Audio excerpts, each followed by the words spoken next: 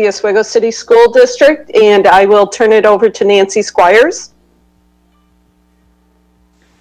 So Tom is going to review the financial executive summary and the internal control documents that Karen had sent out earlier. So I'm going to turn it over to Tom. All right. Well, good afternoon, everybody.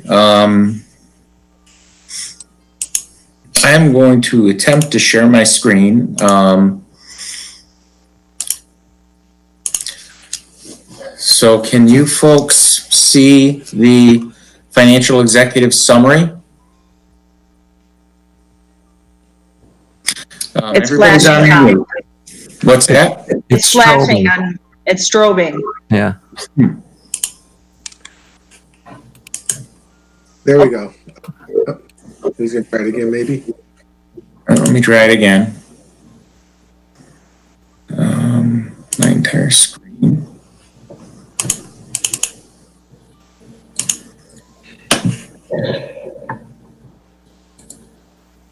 Perfect. How's it look now? Good. All right. Great. Technology is great until it doesn't work, right? So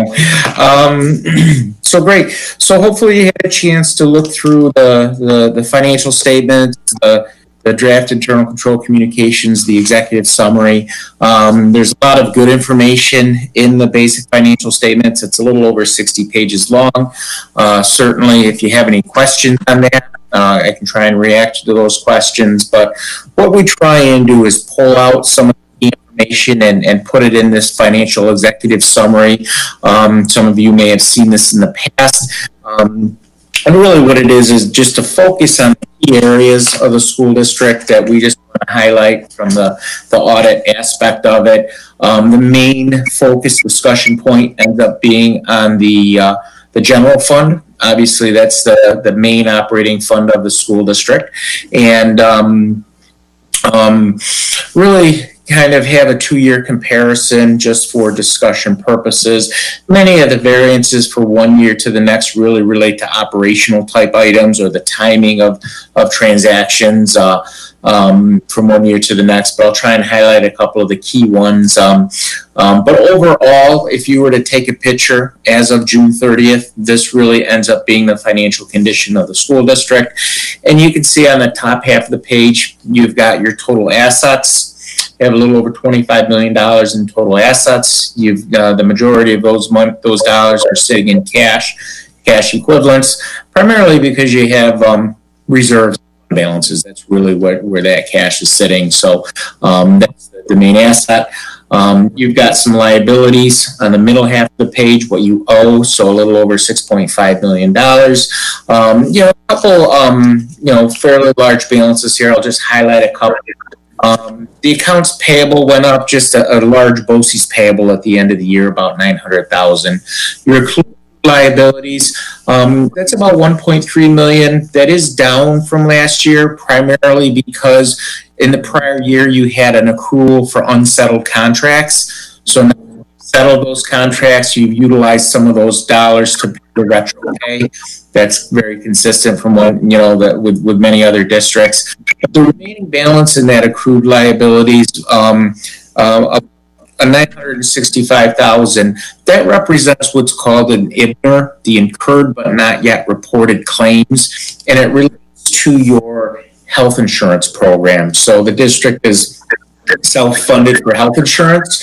So the district has a calculation that you do that identifies those claims or calculates an estimate of those claims that have been incurred but not yet paid. So if you went to the doctor in June, the doctor may not submit that claim until July. So you've got an estimated amount for that incurred but not yet reported, and that's about $965,000. So that's the biggest component of that accrued liability, and just want to mention that. The other big number to just pay attention to is the due to the retirement system, the $3.3 million there. And what that really is the obligation primarily to the teacher's retirement system. There is a small piece that relates to the employee retirement system. But you can see from last year to this year, that obligation went down. primarily because the rates went down from 2019 to 2020. And as you know, during the budget process, I'm sure you're all aware that for 2021, the rates did go up. And again, that's going to be something that the district's going to continue to watch. Those rates are rates that the pension systems dictate to you. So they say, Oswego School District, you need to pay X dollar, or you need to apply this rate to your salaries, and that becomes what you owe to the retirement system. And that's one of the reasons why those retirement systems are very nicely funded for the most part, because basically the state just dictates the rates that you pay. And that's going to be an area to monitor going forward, because those rates are based on the market and the market returns primarily, and there is a delay based on how those returns are calculated into the future rates. So that's an area that we're going to monitor going forward. Understanding how those market returns come in will play a role in what those rates look like in the next 3 to 5 years. And the district has done a nice job in preparing for some of those challenges, some of those uncertainties. And we see that down at the bottom half of the page. And this is your equities, the total fund balances as of the end of the year. You've got some non-spendable fund balances. Primarily that represents your school lunch deficit. So the general fund has to set dollars aside relating to the school lunch losses or deficits, primarily because child nutrition, it's a federal program, and basically any losses need to be covered by local dollars. So we've set some dollars aside for that. Your restricted fund balances, again, those really are primarily your reserves. And I mentioned planning for some of the challenges that the district could face going forward. You can see you've got an employee retirement contribution reserve. That's relating to the ERS system. You've got a teacher's retirement contribution reserve relating to the teacher's retirement system. And that's really the only the second year of that particular reserve. That reserve's capped, whereas the ERS reserve isn't capped. So the teacher's retirement system is capped at 2% of the eligible prior year salaries. That's all you can fund into that in a given year. But then there's a 10% overall cap. But there is some flexibility between the two reserves. You can transfer money from the ERS reserve down into the TRS reserve. So there's some flexibility there for districts going forward. You can see the other reserves that you have. Again, not a lot of activity, and I think that's what we're seeing in most districts, primarily because of the challenges, the uncertainty going forward. And we're going to talk a little bit more about the reserves in a second. We'll see the changes from one year to the next. Really not a lot of activity, but we'll see a little bit on the next page. The other item, the assigned fund balances, just to know, you've got some encumbrances, really just the purchase commitments from one year to the next that you haven't received. But the other two areas, the appropriated for taxes, so that's what you're using to balance your budget. So when you build your budget, you have expenditures and you have revenues and you have a gap, and that gap's being filled with appropriated fund balance for taxes. So that's $837,000. And again, that's up from zero in the prior year. That's really a fairly reasonable number for a district your size. That's an area that we talk to districts about, making sure you're monitoring that, because just to break even from one year to the next, you have to have budgetary surpluses equal to that $800,000. Okay, but as you know, if that number gets too large, you could begin to erode fund balance if you don't generate budgetary surpluses. And we're going to talk a little bit more about that number as we walk through the financial executive summary. And then the other item that we note here is the appropriated for COVID. And as you know, back in early October, the board amended the budget, really for some reopening type costs that you didn't anticipate. And again, we had several clients look at this and utilize this as a tool to help really take some of the current year surpluses, which many districts knew you were going to have because of the shutdown, and really roll it to utilize that for some of the unanticipated costs related to the COVID, and that's very positive. The nice part about that is ideally those are one-time expenditures. You're financing it with a one-time revenue, okay, fund balance. So ideally next year you shouldn't have those two items. So that's very positive, okay. But again, that's very, very good. And again, many districts, many of our clients utilize that tool this year. And then you have the undesignated fund balance that really ends up being the 4%, that Section 1318 real property tax law, primarily there for emergencies, cash flows, and again, 3.5 million. So you're right at that 4%. But overall, from one year to the next, the district's total equities increased a little over $2 million right here. So you went from 14.5 million to 17.1. So overall, your equities increased about 2.5 million. And again, you didn't have any appropriated fund balance in last year rolling into this year. So for the most part, what that means is you generated surpluses equal to about 2.5 million on your budgets. Okay, and we're going to see that as we walk through the handout and look at the revenues and expenditures. But do you have any other questions on this snapshot before we just take a quick look at the reserve activity? Again, so the reserve activity here, some reserves really they're set up to have a little more flexibility, and I think that's what districts are looking for right now is where can we allocate our funds to provide for some flexibility over the next 3 to 5 years, because these types of financial challenges for school districts, they generally really last between 3 to 5 years, and really year 1 and year 2 aren't the biggest challenges. It's really once you get into year 3, year 4, when you see any potential pension increases as districts begin to deplete their reserves. And so ideally, the district has done a nice job in utilizing some of the more flexible reserves. You've got your retirement systems there to help offset future rate increases. Your workers' compensation, again, for unanticipated spikes in workers' comp claims. You've got your unemployment insurance. Again, you allocated the surplus into that particular reserve.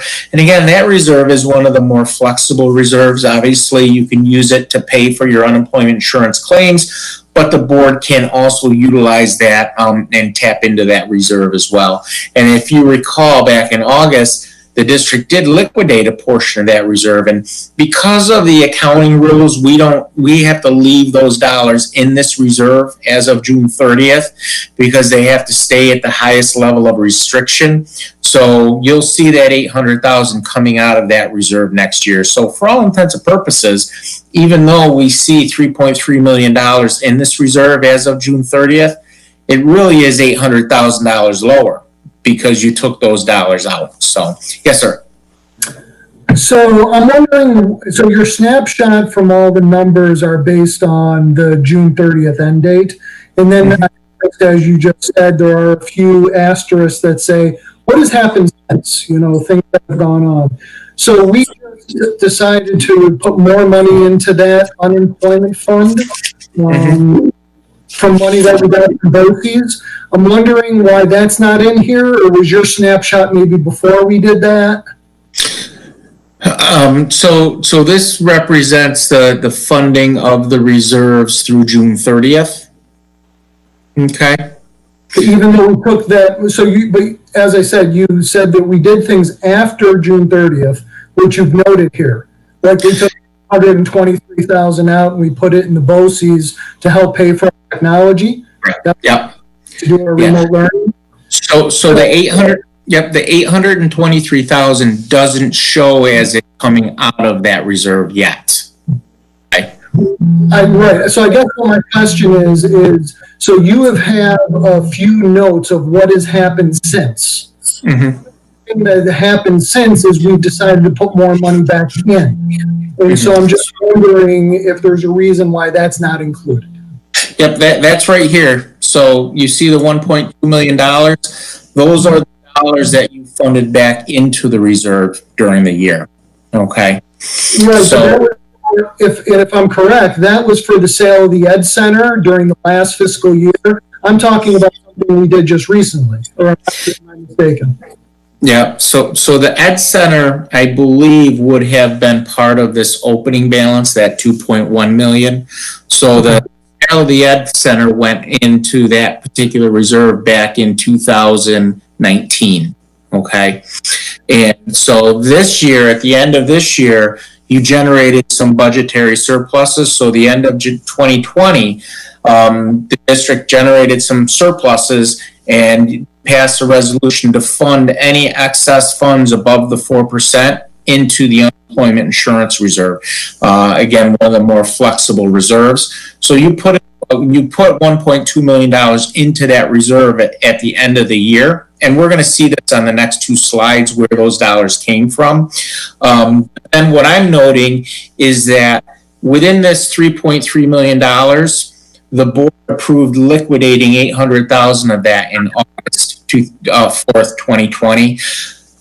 That money is still in that reserve. So it's just a note so the board knows that it's really not $3.3 million because you've already used a portion of that. It's no different than if you were to have appropriated a reserve. So many of our clients will say to support the 2020 budget, we appropriated $500,000 for the employee retirement contribution reserve. Well, we don't pull that money out of that employee retirement contribution reserve until 2021, until that budget year. But the reality of it is, if you had appropriated $2.5 million or $500,000 out of the employee retirement contribution reserve, it would still be in there at June 30th. But July 1st, it would come out of that reserve. Okay, so that's just to make sure the board is aware that it's really not $3.3 million you have in there. It's really lower, effectively August 4th when you pass that resolution. Okay. So that's all I just wanted to highlight. So again, any of the funds that you generated surplus, that went into the reserve as part of this $2.2 million equity increase. Okay. And we're going to see where those dollars came from when we look at the revenue and expense. Okay, did I answer your question? Yeah, I think so. It's just a matter, and forgive me, I'm new. It's just a matter of me trying to sequence these things. So even when we discussed it at a board meeting, which was only in the last 4 weeks, the money was applied to the previous year because it was the surplus from the previous year. You got it. Yep. Thank you. I'm thinking time scale and not fiscal scale. Yeah, and you're going to see that in the two slides from now. Okay. All right. Good question, though. Again, you've got other reserves. You have the employee benefit accrued liability reserve. That's there for vested benefits. So when someone retires, vacation, sick day payouts, so those dollars are set aside for that. You've got a capital reserve.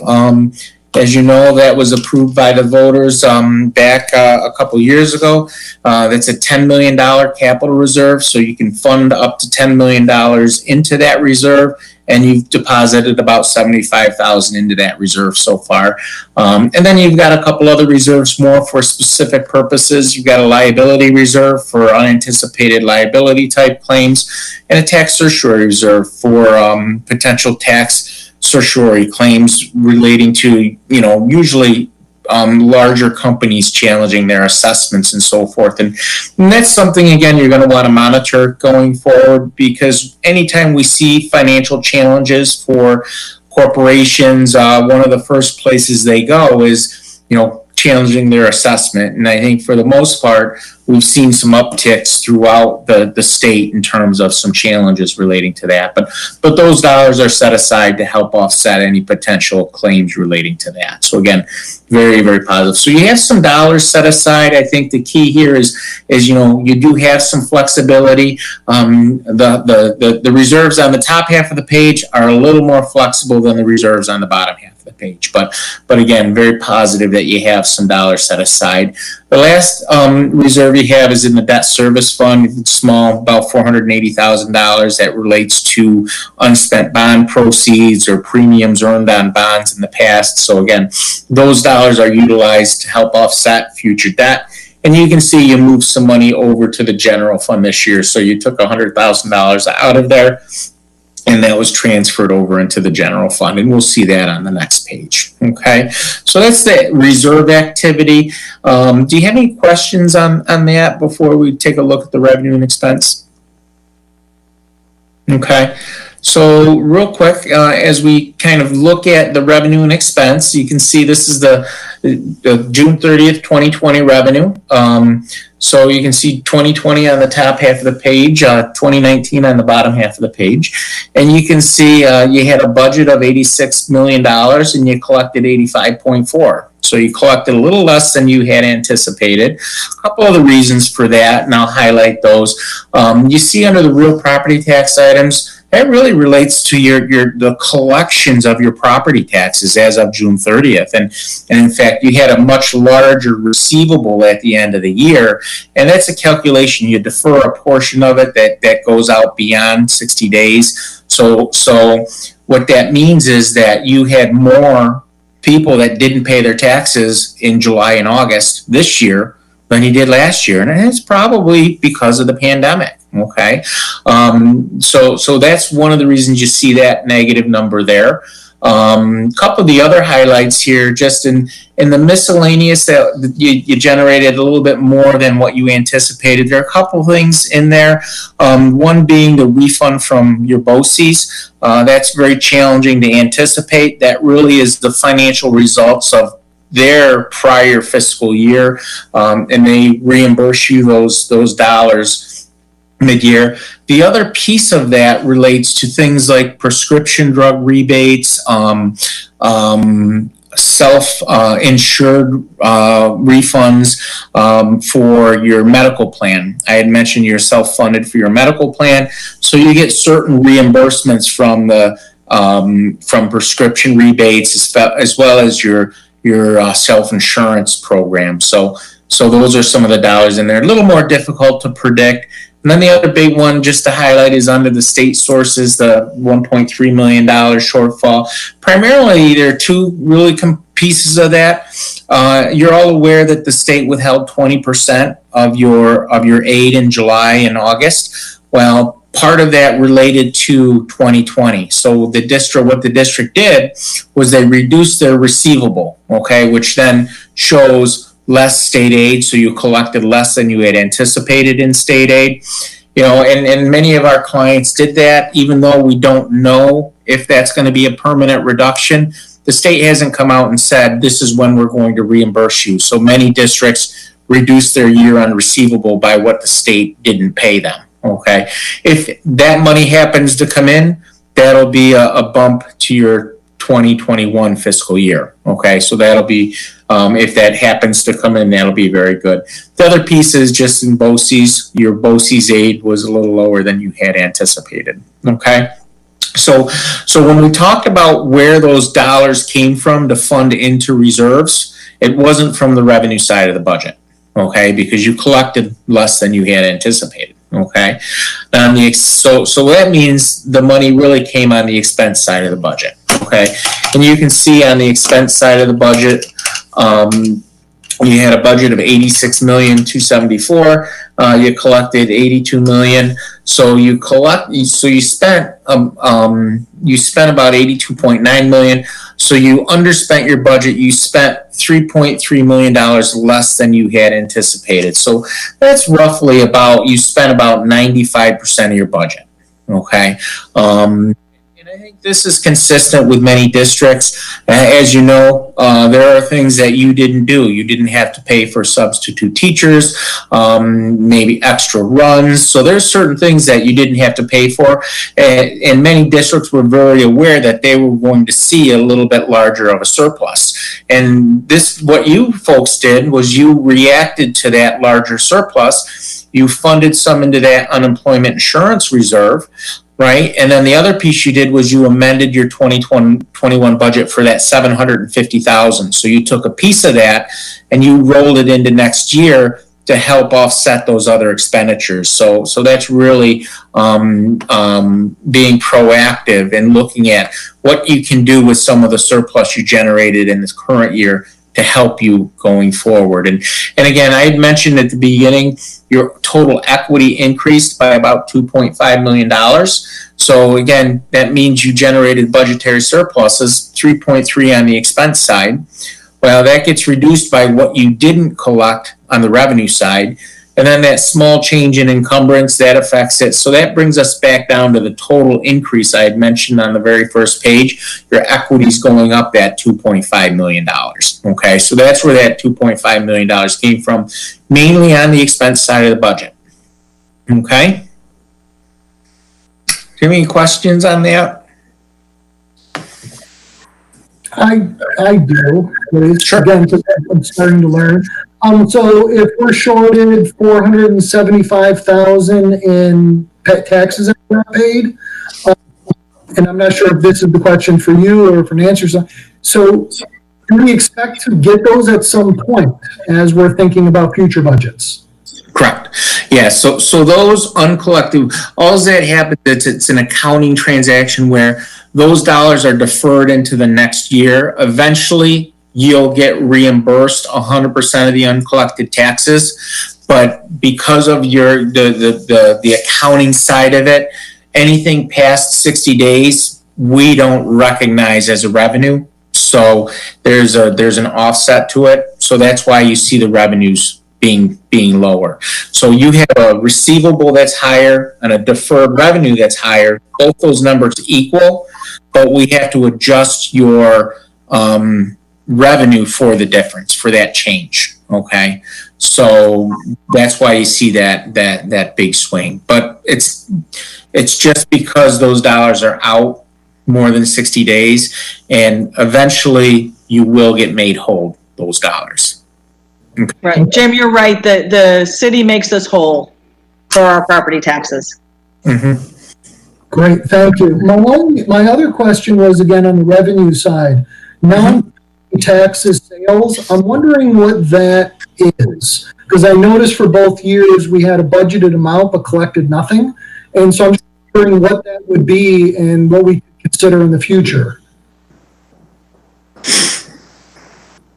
Yeah, that probably should just be zeroed out because you're not getting any sales tax anymore.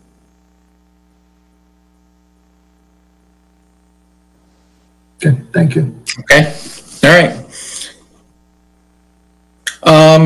Okay, so that's the revenue. That's the main operating fund of the school district. A couple of the other bullet points here.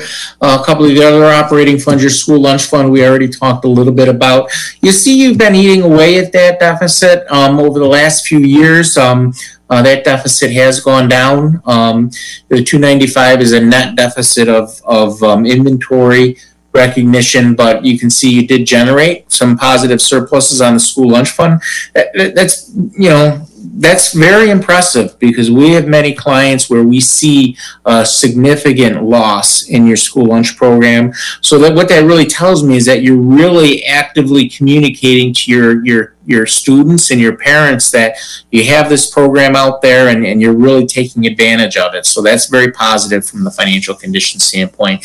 And we like to see that fund balance continue to erode. So I think that's very positive. You still have a deficit, but you've been eroding that over the last couple of years. You can see you generated 82,000 last year and 51,000 this year. So you'll continue to knock that down, hopefully. Okay.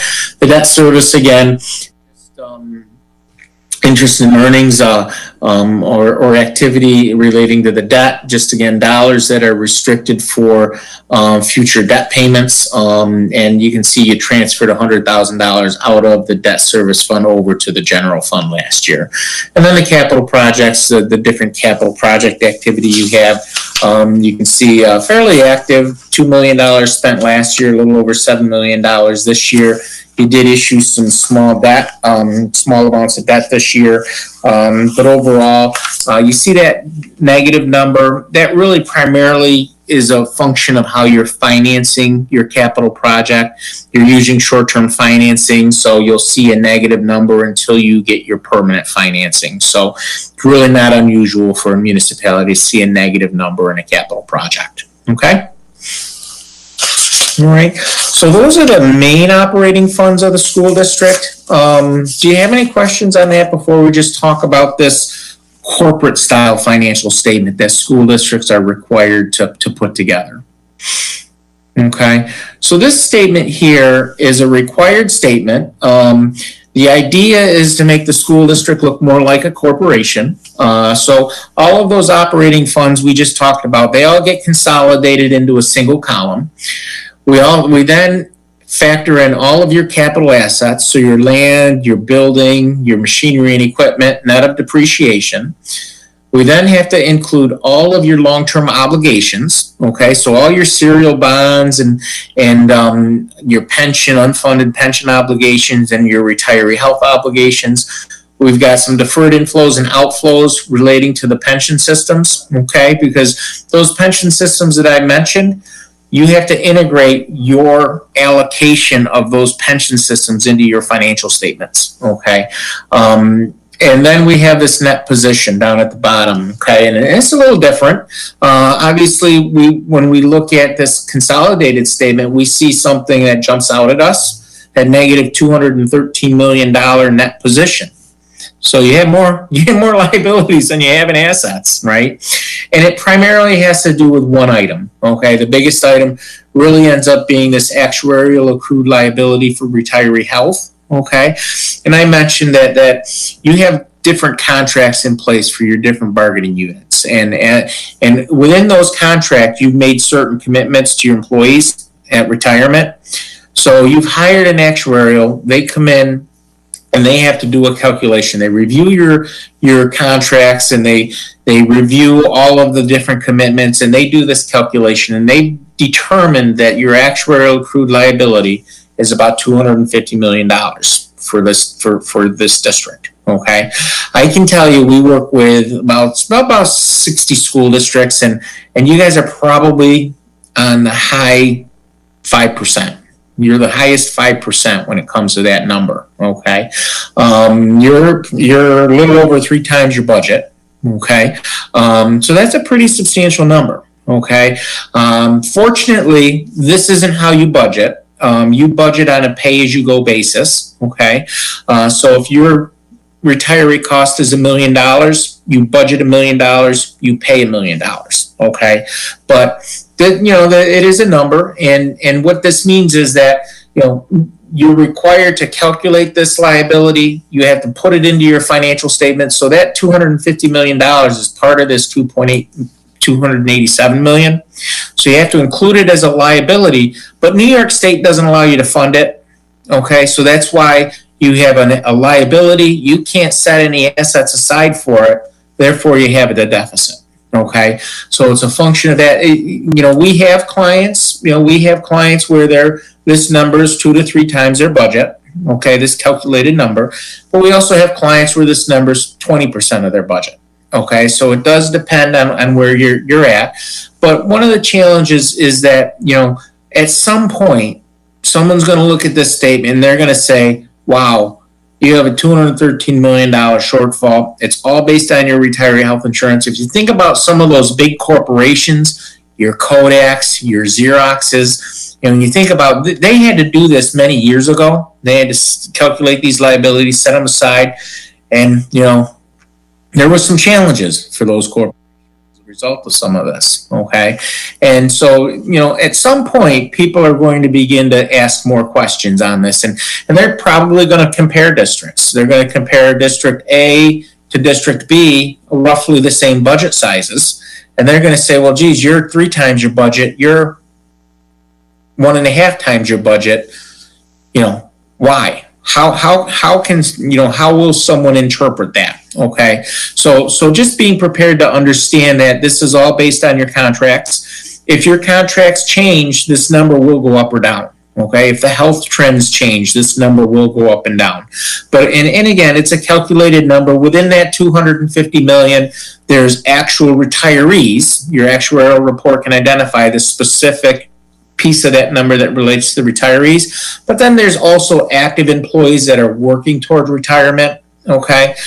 So it does have two different components, but again, it's a pretty substantial number, just to be aware of it. If someone did compare you with some other districts your size, you would probably be on the higher end. So just to be aware that it's there. It's a liability you have to calculate. You have to include it. New York State doesn't allow you to fund it. That's why you see the deficit. But it's not how you operate, but it is just a number that does show up in your financial statements. Okay? Any questions on that? Okay. Good. All right. So those are... I gotta ask. Sure. Yeah, I gotta ask. So, because there's somewhere else in here that talks about that number being over a 30-year time period, and that's how it was calculated. And I do the math real quick, and that's $8 million a year, which is 10% of our budget. If we're not allowed to fund this, are we not allowed to fund it into reserve accounts, or are we not allowed to build it into our direct general fund, or are we not allowed to budget it at all? Yeah. Well, the only piece that you budget is the actual, so you would budget your pay-as-you-go costs. So again, if your cost for your retirees is $1 million, you budget $1 million and you pay $1 million. Okay. So this is just for financial reporting purpose. The general idea here is that if the school district were to end today, you would roughly, it's not going to be $250 million, but you would have a liability. You would have to bill your taxpayers $250 million over a period of time to help pay those liabilities that you've committed to. Okay, that's really what the idea would be. So yeah, this calculation, they bring it back to a present value. They have a very, I won't say that I understand how they do the calculation because I'm not an actuary, but they do have formulas and they do bring it back to present value. So the intent of that is that that's pretty much what you've committed to your employees as of today. Again, there's two components to that, but that's pretty much what you've committed to your employees. But again, it's a pay-as-you-go, so you're never going to budget $250 million, but you know what your cost is for your retirees. Now, the challenge is obviously if the costs for your retirees go up, and obviously, this would suggest that you provide a very rich benefit for retirees. So the bigger that retiree number gets, as you have more and more people retire, if health insurance goes up, it's going to impact your budget more, right? And the challenge is you've got the property tax cap, right? So if the first portion of your property tax cap gets eaten up by your increases to retiree health insurance, that means you've got to cut someplace else. Right. So that's where this will begin to impact you. Maybe not immediately, but as your retirees population continue to grow, it's eventually going to impact you. Right. So again, it's a number. It's based on your contracts, and at some point folks will begin to really pay more attention to it. Okay. All righty. I have one question. Nancy, our ability to control that isn't going to be our contract negotiations as we move forward. Correct? Tom, we didn't see what you came in like jumbled here and there. I don't know what happened. Am I still? There we go. Okay. Our ability to control that number is in our contracts and future contract negotiations in order to be able to draw it down. Correct. Yes. Okay. Just wanted to make sure. Mm-hmm. All right. Mm-hmm. Thank you. You're welcome. Any other questions on the number side of it? Okay. The other, if not, we can touch base on the internal control communications. Okay. So this is what we used to call the management letter. It's communicating internal control related letters identified in the audit. And just again, as part of any audit, part of the process we go through is we have to have conversations with folks both inside management and outside management. We have to document the different internal controls, the different checks and balances that you have in place. really to understand the different financial cycles. We did talk a little bit about a few of the items already. We talked about the school lunch deficit, and again, you've done a good job in moving that in the right direction, so continue to work on that. Again, none of these are material weaknesses or significant deficiencies, so that's very positive. Just some minor procedural items. Agency funds, again, the district has some balances in your agency funds, and just to make sure you're looking at that prior to the end of the year and trying to get those adjusted as of June 30th. So just enhancing that process. Again, some of the school lunch receivables.